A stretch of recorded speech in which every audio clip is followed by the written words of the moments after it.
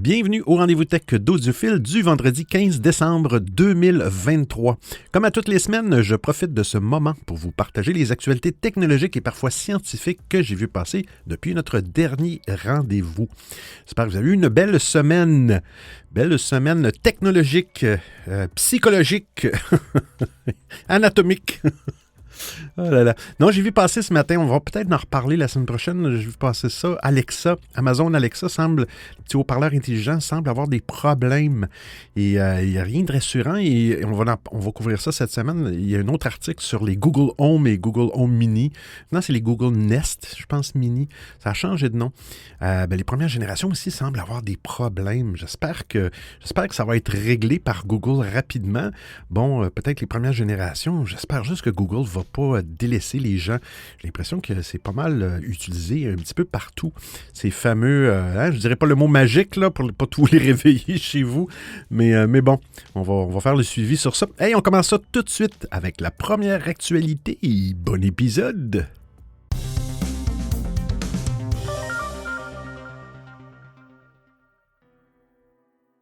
Windows 10, il faudra payer pour profiter des mises à jour en 2025. On parle souvent de l'élastique de Windows 10. C'est la première fois qu'on parle de payer pour avoir des mises à jour. C'est une première dans l'histoire de Microsoft à effectuer des mises à jour de sécurité.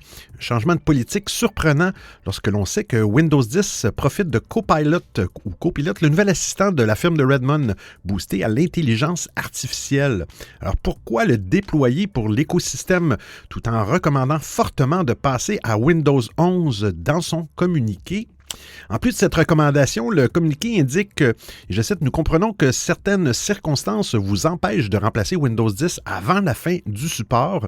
C'est pourquoi nous déployons des mises à jour de sécurité étendues. » Extended. Si vous voulez continuer à profiter des mises à jour de sécurité à partir du 14 octobre 2025, il faudra inscrire votre PC au programme payant Extended Security Updates, le ESU. Microsoft ne précise pas le tarif. Il indique que plus de détails, y compris les prix, seront indiqués à une date ultérieure. Le programme ESU va inclure des mises à jour de sécurité critiques et ou importantes, sachant que Windows 10 a encore des failles et autres problèmes qui permettent aux pirates de mener des attaques. Mieux vaut payer si vous continuez à utiliser le système d'exploitation en 2025. En revanche, le programme ESU n'inclura pas les nouvelles fonctionnalités, les mises à jour qui ne sont pas liées à la protection de l'appareil, etc. L'assistance technique ne sera plus disponible en dehors d'une aide concernant la sécurité. Reste à savoir comment les consommateurs accueilleront cette nouvelle d'une énième abonnement annuel, alors que nos souscriptions ou nos abonnements à divers services comme Netflix, par exemple, ne cessent d'augmenter. Windows 10 est toujours sur le trône parmi toutes les versions du système d'exploitation. Alors, on imagine mal des millions de personnes l'abandonner dans 2 ans.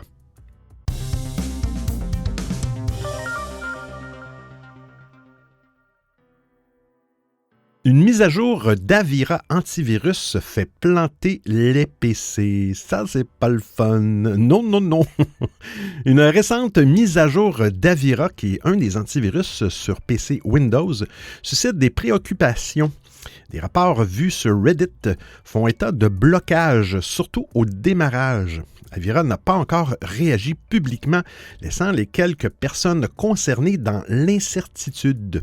L'éditeur allemand Heise suggère que la mise à jour récente de vendredi passé, destinée aux produits Avira, serait à l'origine de ces problèmes qui touchent Windows 10 comme Windows 11. Certains rapportent que leur PC restait opérationnel seulement 2 à 3 minutes avant de se bloquer complètement, tandis que d'autres ne pouvaient même plus l'allumer. C'est pas drôle. Une personne sur Reddit signale qu'il y a quelques jours, son PC a commencé à s'arrêter soudainement au démarrage.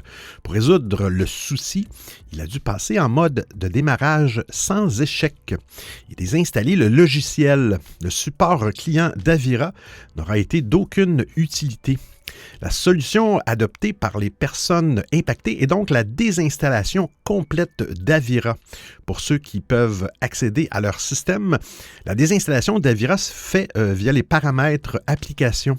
Après avoir localisé Avira, l'option de désinstallation est accessible en activant le menu à 3 points à côté de l'entrée. Un redémarrage est nécessaire pour finaliser l'opération. En l'absence d'une alternative, eh bien, sachez que Windows active automatiquement Microsoft Defender si aucun autre logiciel antivirus n'est détecté. Avira n'a pas encore émis de déclaration publique en réponse à ces problèmes signalés. Eh bien, si vous l'avez désinstallé parce que vous aviez des problèmes, allez voir du côté, une petite suggestion, disons, audiophile. Allez voir Bitdefender, qui est un des, sinon l'antivirus le mieux coté à chaque année. Et souvent, pendant le vendredi fou, le Black Friday, il y a des rabais de 50%. Vous pouvez l'avoir à peu près pour 30 $ canadiens par année. Et vous pouvez protéger 3 appareils. Alors, ça revient vraiment pas cher pour 10 $ canadiens. Vous êtes protégé avec un bon antivirus.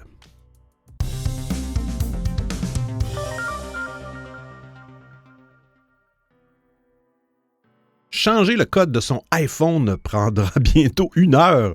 1 heure, mais c'est une bonne nouvelle. Eh oui, Apple a développé de nouveaux outils pour lutter contre le vol des données personnelles des utilisateurs. Dans le cas de figure où un iPhone serait dérobé, bien même si le voleur connaissait le code d'accès du téléphone, il n'aurait plus accès aussi facilement aux données de l'utilisateur. Ça m'a surpris ça, mais bon. On continue en effet, Apple a placé plusieurs garde-fous pour rendre l'obtention de ces précieuses données plus compliquée. Dans la bêta d'iOS 17.3, prochaine version, Apple demande aux utilisateurs de vérifier leur identité avec leur empreinte biométrique, Touch ID ou digitale. Biométrique, c'est Face ID ou digital, le Touch ID, en plus du code d'accès. Sans cette donnée, il sera impossible de mettre la main sur les données personnelles des utilisateurs. Apple a mis en place cette nouvelle sécurité devant plusieurs outils comme l'accès au trousseau d'iCloud ou encore la réinitialisation d'usines. Il est également impossible de désactiver le mode perdu sans avoir ces données. Apple espère que cette nouvelle fonctionnalité pourra protéger les utilisateurs autant que possible contre les vols. Pour les modifications encore plus importantes de l'iPhone, comme la modification d'un code d'accès ou encore la suppression de l'appareil dans l'application localisée, eh bien, Apple va regarder la position GPS de l'appareil au moment de cette requête. Si cette dernière est inhabituelle, alors le téléphone va demander le code d'accès, l'empreinte biométrique ou digitale, mais il va aussi vous faire patienter pendant 1 heure avant de vous faire répéter le processus. La firme de Cupertino espère que ce temps d'attente permettra aux voleurs de se faire attraper ou encore à le décourager. Selon le porte-parole de la marque à la pomme, l'arrivée de ces nouvelles fonctionnalités s'introduit dans la directe lignée des options d'Apple pour la protection des données personnelles. La pomme a en effet beaucoup travaillé sur ce sujet au cours des dernières années et elle s'est forgée une réputation de grande défenseuse de la vie privée et des données des utilisateurs. Avec cette nouvelle option qui sera disponible pour le grand public dans quelques mois lors de la sortie d'iOS 17.3, Apple espère rendre les vols d'iPhone moins attrayants et donc moins nombreux.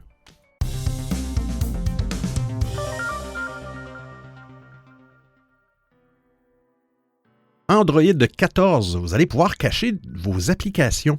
La mouture finale d'Android 14 est déployée depuis le 4 octobre.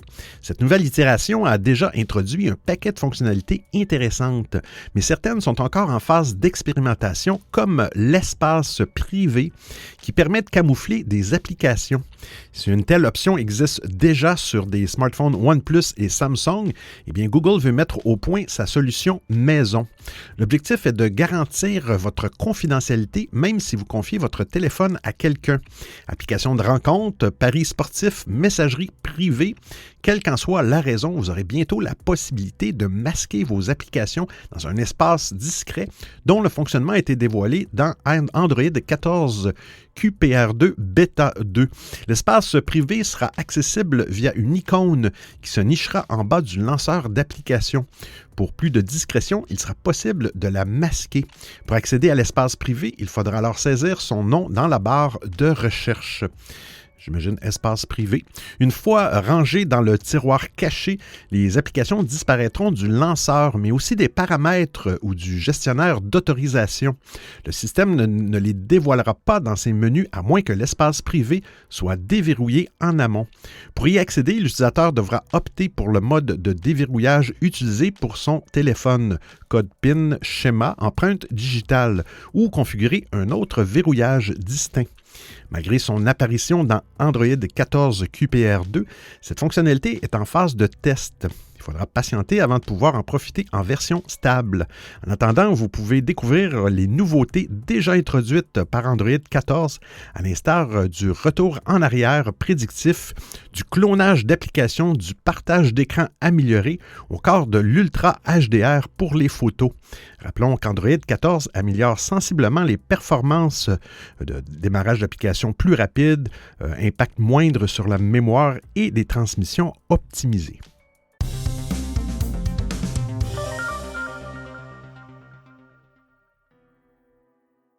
Google admet avoir trafiqué une démo de l'intelligence artificielle Gemini.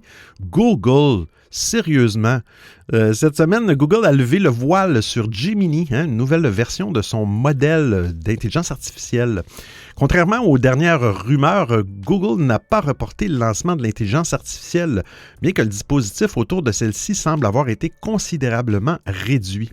Grâce à cette nouvelle itération qualifiée de multimodale, le géant de Mountain View s'attaque à GPT-4, le modèle de langage derrière la version payante de ChatGPT.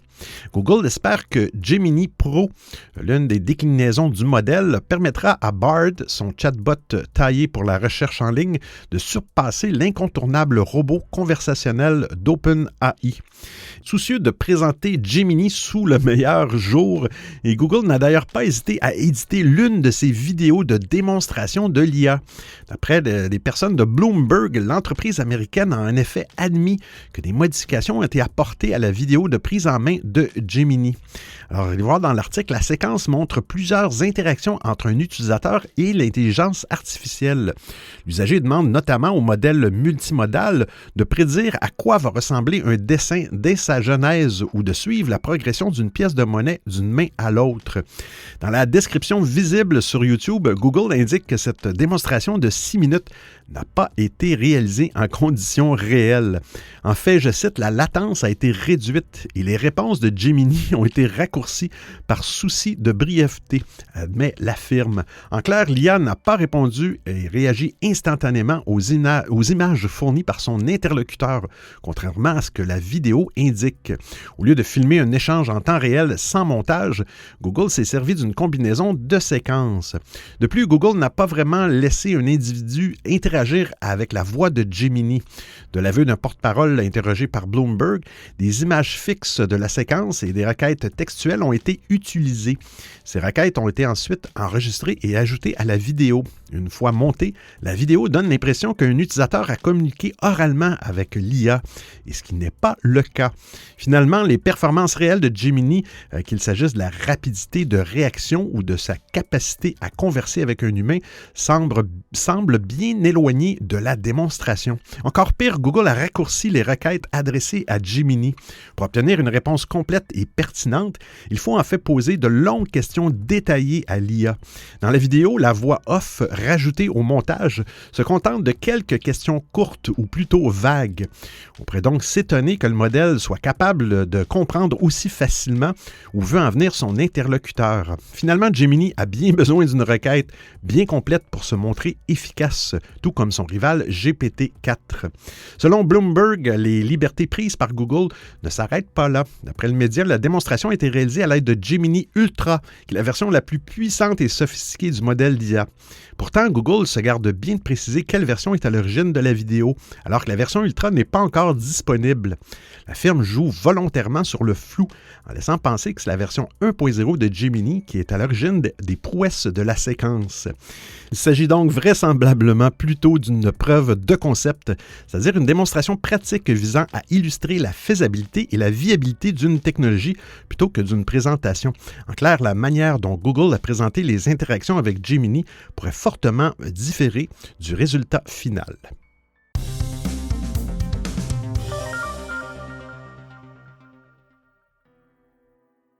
Des Google Home et Home Mini deviennent soudainement inutilisables. On en parlait en début d'émission.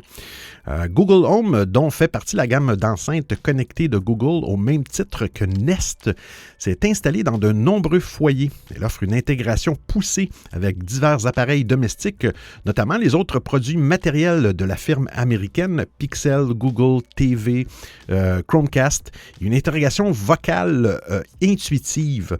Le produit propose des fonctionnalités telles que le contrôle rapide des objets connectés, comme des lumières, thermostats, portes de garage, etc., depuis l'écran de verrouillage. Elle a ainsi su se positionné comme un assistant domestique polyvalent et efficace.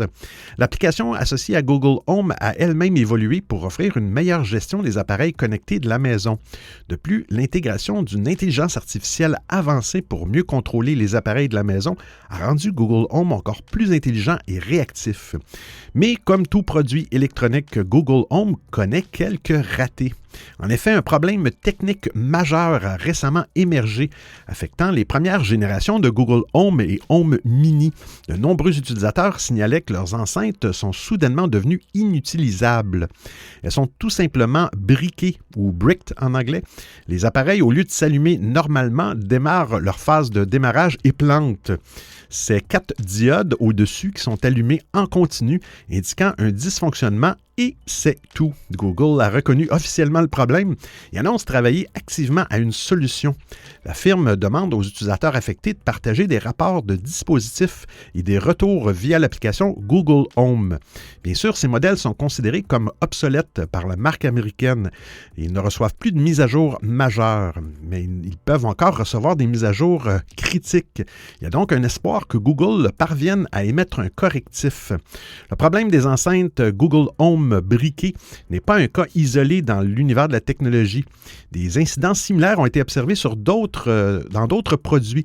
On citera par exemple le bug étrange sur un iPhone dont le réveil sonne à une heure non programmée, les bugs récurrents sur Netflix affectant les utilisateurs ou encore les SSD externes de SanDisk qui tombent en panne à cause de soudures défectueuses. Effectivement, et j'ai SSD externe de SanDisk. J'ai hâte de voir sa durée de vie.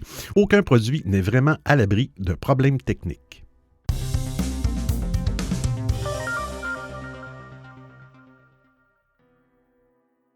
L'intelligence artificielle de Meta génère des images à partir des photos de Facebook et d'Instagram. Hein? C'est vos données, ça, c'est gratuit, vous êtes le produit. Meta a lancé cette semaine Imagine, qui permet de générer des images à partir d'une requête texte. L'outil, qui est limité aux États-Unis, a fait ses premiers pas dans les applications de Meta, mais le groupe lui offre aussi une visibilité en solo, même s'il faudra se connecter avec un compte Meta avant de pouvoir l'utiliser. Les résultats ont une certaine allure esthétique, que ce soit avec des requêtes farfelues ou plus réalistes, comme on le voit dans les exemples de l'article. Certains prompts aboutissent à des erreurs quand ils contiennent des mots offensants, injurieux ou crus. Manifestement, Meta a retenu la leçon. Sur Facebook, le bot de création de stickers a permis à pas mal de petits malins de s'amuser à bon compte. Les 4 images produites par l'IA peuvent être téléchargées au format JPEG. Elles mesurent 1280 par 1280 pixels. Elle intègre un watermark en bas à gauche. Meta prévoit à l'avenir insérer un watermark invisible qui permettra de retracer l'origine de l'image. Imagine with Meta AI, c'est le nom complet du service qui n'est pas aussi évolué que DALL E3 ou Midjourney. Mais on peut voir que les images produites sont assez réussies. Vous irez voir l'article et pour cause. Emu, le modèle de synthèse d'images, s'est formé sur 1,1 milliard de photos partagées publiquement sur Instagram et Facebook. Autrement dit, vous reconnaîtrez peut-être dans un visuel généré par Imagine un petit bout d'une de vos photos mises en ligne sur ces réseaux sociaux. Il faut néanmoins rappeler qu'il se poste des centaines de millions de photos chaque jour, rien que sur Instagram. À l'avenir, pour éviter de nourrir gratuitement l'intelligence artificielle de Meta, il est toujours possible de basculer ces photos en privé, à moins que l'entreprise en décide autrement. Meta possède un avantage concurrentiel certain sur les autres services qui forment leur modèle avec tout ce qu'ils peuvent trouver, parfois illégalement, sur Internet. Les utilisateurs de Facebook et d'Instagram ne sont peut-être pas ravis de se faire piller de la sorte, mais il n'existe pas à notre connaissance de réglages pour empêcher Meta de mouliner nos données.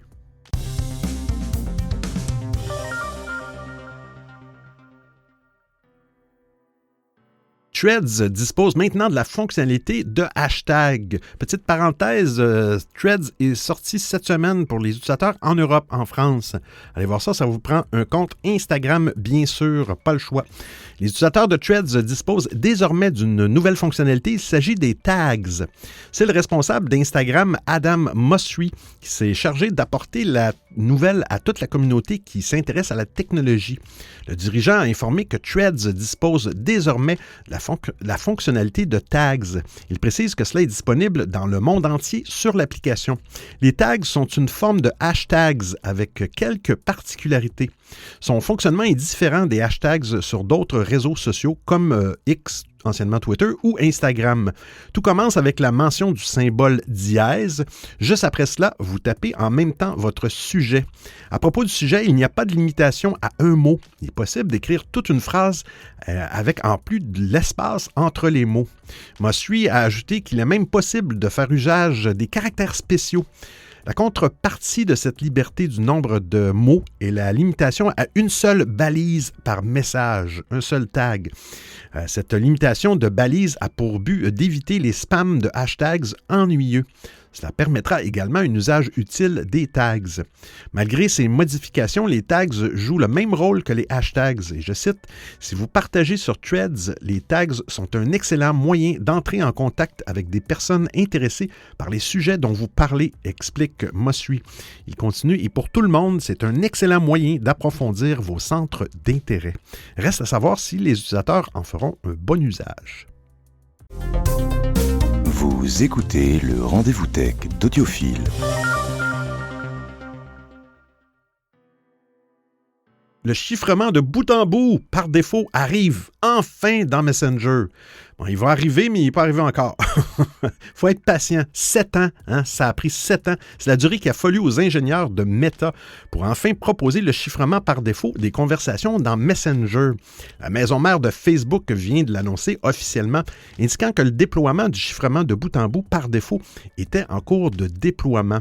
Cet été, Meta avait indiqué son intention de le mettre en place par défaut chez tous les utilisateurs avant la fin de cette année. Alors, la promesse est tenue. Le chiffrement de bout en bout de Meta a pris beaucoup de temps avant d'être finalisé. Il faut dire que le réseau social est parti de loin. Pour développer son système de chiffrement, eh bien, l'entreprise explique s'être appuyée sur 2 protocoles, ce qui est bon signe, très bon signe. Celui de la messagerie Signal, quand même, et Labyrinthe, un protocole de stockage chiffré développé en interne avec cette couche de sécurité supplémentaire. Meta promet des chats plus sécurisés dans Messenger. D'ailleurs, Meredith, je ne me souviens plus de son nom de famille, qui est la présidente de Signal, a félicité Meta pour l'utilisation de son protocole de chiffrement. Le chiffrement de bout en bout par défaut des conversations de Messenger, eh bien, n'arrive pas seul. Meta a profité de cette occasion pour déployer plusieurs nouvelles fonctionnalités dans sa messagerie. Vous pourrez ainsi modifier vos messages pour les corriger si vous les avez envoyés un peu trop rapidement. Les messages ayant été édités seront évidemment identifiés en tant que tels dans les conversations. Les messages éphémères vont également évoluer. Ils resteront désormais visibles pour une durée de 24 heures après avoir été envoyés avant de disparaître. Par ailleurs, Meta vous donne à présent la possibilité de contrôler les confirmations de lecture. Vous pouvez ainsi décider si vous acceptez ou non que votre correspondant puisse voir si vous avez bien lu les messages qu'il vous a envoyés. Bravo pour cette modification. C'est quelque chose que j'aime pas dans ces outils de messagerie. Le déploiement du chiffrement est aussi l'occasion pour Meta d'améliorer l'affichage des images dans les conversations. Les photos et les vidéos seront à présent affichées sous forme de piles et vous pourrez réagir à celles-ci avec des emojis. Quant aux messages vocaux, eh bien, Meta vous permettra de les écouter en accéléré à des vitesses de 1,5 fois ou 2 fois plus rapides, mais aussi vous autorisez à reprendre l'écoute d'un message là où vous êtes arrêté. Toutes ces nouveautés sont en cours de déploiement et pourront être utilisées sitôt qu'elles sont disponibles sur votre compte. Meta précise toutefois qu'elles arriveront de manière progressive chez tous les utilisateurs.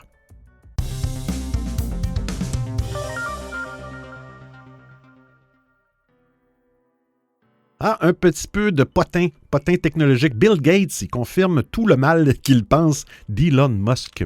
On le savait déjà, mais cela ne s'est visiblement pas amélioré. Bill Gates et Elon Musk ont des relations très tendues. Le cofondateur de Microsoft a reçu jeudi le prix Peter J. Peterson Leadership Excellence Award qui lui était décerné par l'Economic Club de New York. À cette occasion, le milliardaire a été interrogé sur sa vision de la culture de l'innovation lorsqu'il exerçait en tant que dirigeant de son entreprise. En répondant, l'entrepreneur a épinglé, non sans humour, Elon Musk et Steve Jobs. Je cite, « Tout le monde est différent. Elon est très exigeant, peut-être trop. Steve Jobs exigeait beaucoup de ses équipes, peut-être trop. Je me considère comme très gentil par rapport à ces gars-là. » Comme le rappellent à juste titre les personnes de Business Insiders, Bill Gates et Steve Jobs ne s'entendaient pas toujours très bien, même s'il y a eu de vrais rapprochements entre les deux hommes. En revanche, l'animosité entre Bill Gates et Elon Musk se poursuit. Le dernier exemple en date est d'ailleurs tout récent. C'est Walter Isaacson qui le raconte dans sa biographie consacrée au dirigeant de Tesla. Ainsi, Bill Gates lui a confié, je cite, « Dès qu'il a appris que j'avais vendu à découvert, il a été très méchant avec moi. Mais il est très méchant avec beaucoup de gens, alors il ne faut pas le prendre trop à cœur. » Elon Musk a alors enfoncé le clou. Et je le cite, M. Musk, « Comment quelqu'un peut-il dire qu'il est passionné? Comment quelqu'un peut-il dire qu'il est passionné par la lutte contre le changement climatique et faire quelque chose qui réduit l'investissement global dans l'entreprise qui en fait le plus? C'est de la pure hypocrisie. » Il poursuit un peu plus tard dans un message adressé à l'auteur du livre. À ce stade, je suis convaincu qu'il est catégoriquement fou et qu'il est un trou-duc jusqu'au bout des ongles. En fait, j'avais envie de l'aimer. Rappelons pour finir qu'Elon Musk a pris l'habitude d'allumer son rival sur X. Pas plus tard que cette année, il avait ainsi affirmé, je le cite, « Je me souviens des premières réunions avec Gates. Sa compréhension de l'intelligence artificielle était limitée et elle le reste. »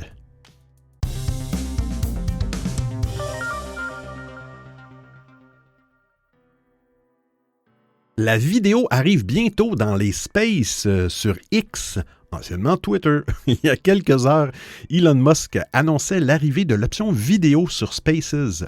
Les utilisateurs de X pourront donc, d'ici à 2024, en jouir et vivre une toute nouvelle expérience avec cette fonctionnalité. Après l'annonce de l'ajout de la vidéo à la fonctionnalité Space disponible sur X, Elon Musk se doutait bien que les abonnés de cette plateforme auraient des préoccupations. Ce dernier a donc poursuivi en donnant quelques détails sur le mode de fonctionnement de cette future option. L'homme fort de Tesla précise que cette fonctionnalité sera très facile à utiliser. Tout utilisateur de X sera alors capable de l'activer ou de le désactiver en un clic. Le PDG de SpaceX effectue aussi une mise au point. Il précise que s'il y a plus d'un intervenant dans une session Space, le flux vidéo fonctionnera exactement comme celui des autres plateformes de vidéoconférence traditionnelles. La mission de cette nouvelle fonctionnalité est claire. Celle-ci doit permettre aux utilisateurs d'interagir plus facilement avec leur communauté sans utiliser des plateformes tierces. Elon Musk espère ainsi accroître le taux de fréquentation, le trafic de son réseau social. Il en a bien besoin, M. Musk. Cela va forcément permettre à sa plateforme de remonter dans les sondages. N'oubliez pas qu'elle a enregistré de nombreuses pertes ces derniers mois. Cela a notamment été favorisé par le départ de plusieurs annonceurs après la catastrophique sortie de son propriétaire. Les actions d'Elon Musk visent donc à reconquérir son marché. De cette façon, il pourra plus aisément utiliser ses meilleures stratégies marketing pour augmenter son chiffre d'affaires.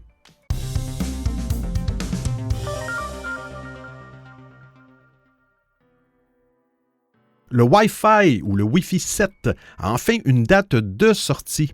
La norme Wi-Fi 7 basée sur la technologie IEEE 802.11be sera disponible avant la fin du premier trimestre 2024, précise la Wi-Fi Alliance. Cette norme apportera des performances de Wi-Fi avancées aux appareils connectés avec des vitesses maximales de 40 gigabits seconde, soit 4,8 fois plus rapide que le Wi-Fi 6 qui roule à une vitesse de 9,6 gigabits seconde. La nouvelle bande de fréquence de 6 GHz qui rejoindra les bandes plus familières de 2,4 GHz et de 5 GHz permettra d'atteindre ces vitesses élevées. Une autre fréquence dans notre maison, le Wi-Fi 7 améliore également certaines des technologies de vitesse de connexion introduites par le Wi-Fi 6, telles que l'agrégation de canaux et la modulation 4096 QAM. Bien sûr, on la connaît très bien. En plus de vitesse améliorée et d'une plage plus longue, la latence sera aussi réduite vis-à-vis du Wi-Fi 6 et même du Wi-Fi 6E. Alors, selon la Wi-Fi Alliance, les principaux avantages du Wi-Fi Certified 7 comprennent des débits plus élevés, 5 fois plus que le Wi-Fi 6, la prise en charge améliorée de la latence déterministe, efficacité accrue même dans les réseaux denses, robustesse et fiabilité accrue, consommation d'énergie réduite.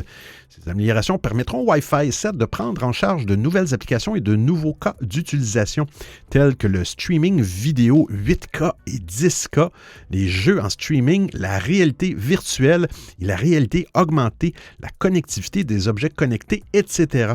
Les appareils prenant déjà en charge le Wi-Fi 7 utilisent une version préliminaire de la norme et recevront une mise à jour du firmware dès sa sortie officielle. À terme, tous les appareils qui prennent en charge le Wi-Fi 7 bénéficieront de ces performances améliorées.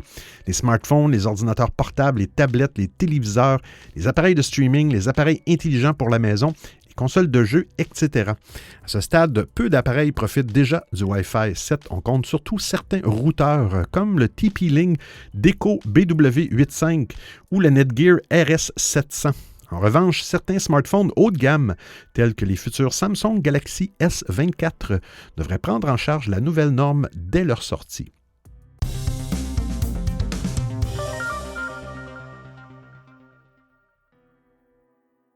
ChatGPT, qu'est-il arrivé à l'intelligence artificielle la plus populaire au monde?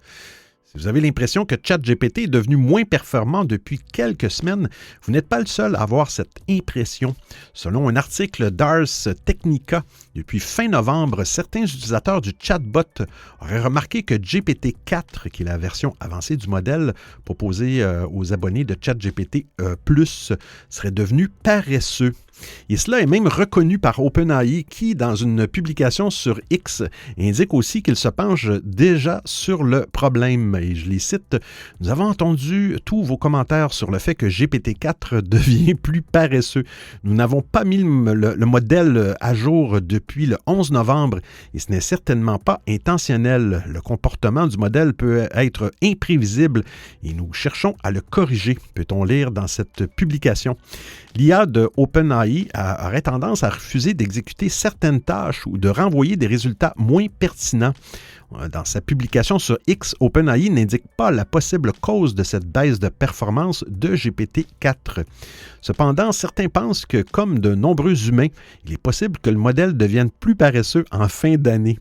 Un développeur, par exemple, indique que GPT-4 Turbo, utilisé via l'API d'OpenAI, donnerait des résultats plus courts quand il pense qu'on est au mois de décembre que quand il pense qu'on est au mois de mai. Une autre personne, en réaction à cette publication, évoque même une théorie selon laquelle les résultats sont moins bons en décembre car l'IA a appris à travailler moins pendant les vacances de fin d'année.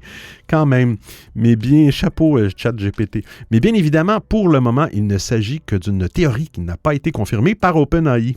Il est possible que le développeur de ChatGPT en dise plus et confirme ou pas cette théorie quand il aura identifié et réglé le problème qui cause cette baisse de performance de ChatGPT. En tout cas, maintenant que Sam Altman a retrouvé son poste de PDG et qu'il n'y a plus d'incertitude sur l'avenir d'OpenAI, celui-ci peut se focaliser sur ses produits.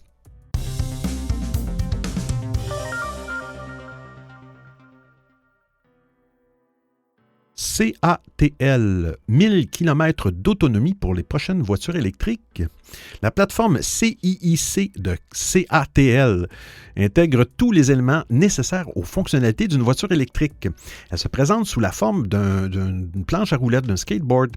En substance, les constructeurs automobiles n'auront qu'à y fixer une carrosserie pour obtenir un véhicule complet et prêt à être commercialisé.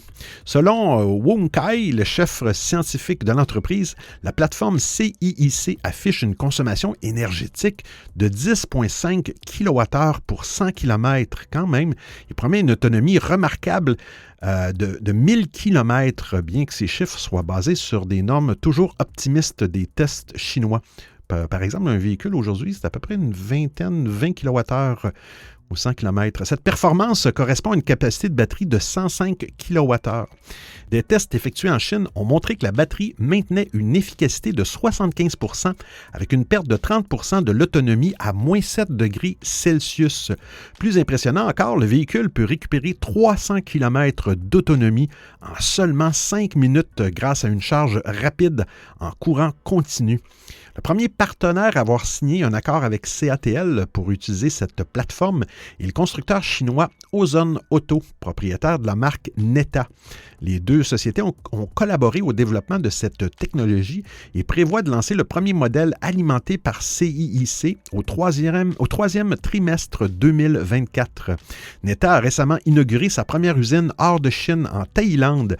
Et pour l'occasion, le groupe a affirmé avoir livré plus de 12 000 véhicules dans le pays, ce qui représente 20 % des immatriculations de voitures électriques dans ce pays. D'ici l'année prochaine, Neta envisage de s'établir dans plus de 50 pays et territoires avec pour objectif des ventes à l'exportation de 100 000 véhicules. En fournissant une plateforme prête à l'emploi, CATL permet aux constructeurs, y compris les plus petits qui manquent de ressources pour développer en interne, de proposer rapidement des véhicules électriques efficaces sur le marché. L'entreprise pourrait bien devenir un fournisseur essentiel pour de nombreuses marques et qui sait peut-être que cela aidera aussi à faire baisser les prix des voitures électriques et donc à les démocratiser.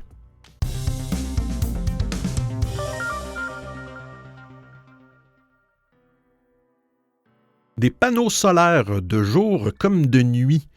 La technologie solaire actuelle fait face à un gros problème, son incapacité à fonctionner efficacement sans lumière directe du soleil. Les panneaux solaires traditionnels ne peuvent générer de l'électricité que lorsqu'ils sont exposés à la lumière visible, ce qui limite nécessairement leur utilité durant la nuit ou par mauvais temps. Bien, le chercheur Raja Yazigi, un physicien et ingénieur libano-franco-suisse, a trouvé une solution en développant un nouveau type de cellule photovoltaïque. Cette cellule est conçue pour exploiter non seulement l'énergie solaire visible pendant la journée, mais aussi les ondes infrarouges émises par la Terre la nuit. Cette capacité à fonctionner en continu a de quoi changer la manière dont nous utilisons l'énergie solaire, devenue de plus en plus fiable et efficace. Le matériau spécifique utilisé par Raja Yazigi pour ses cellules photovoltaïques reste confidentiel, bien sûr. Toutefois, il a révélé qu'il s'agissait d'un élément de synthèse qui surpasse en efficacité le silicium utilisé dans les cellules actuelles. Et je le cite, « Durant mes recherches, j'ai eu le choix entre 3 matériaux. Les 2 que j'ai écartés utilisaient des atomes assez onéreux comme l'argent, le sélénium et le titane, entre autres. Celui que j'ai choisi n'a rien d'exotique, si ce n'est que sa composition. C'est un alliage entre plusieurs atomes et c'est ça la nouveauté, donc il ne sera pas plus cher que le silicium actuel, explique-t-il. Les propriétés de photoconductivité de ce nouveau matériau sont supérieures et permettent une conversion d'énergie plus efficace en générant plus de courant électrique pour une même quantité d'énergie reçue. Actuellement, à la recherche de financement pour démarrer la production, le chercheur vise le marché des entreprises, comme par exemple les fabricants de cellules solaires. Je cite, « Ce serait prétentieux d'affirmer que j'ai déjà un plan totalement défini, mais les clients pourraient être les producteurs de cellules comme le géant chinois Suntech qui produit des panneaux solaires classiques, indique-t-il. L'objectif est de produire des prototypes fonctionnels. Les premiers échantillons pourraient être disponibles d'ici 2 ans à condition que le financement nécessaire soit sécurisé. Et je cite, « Dès que l'argent des investisseurs aura été reçu, on pourra commencer, affirme-t-il. » Alors, j'espère que vous appréciez le format et le contenu de l'émission.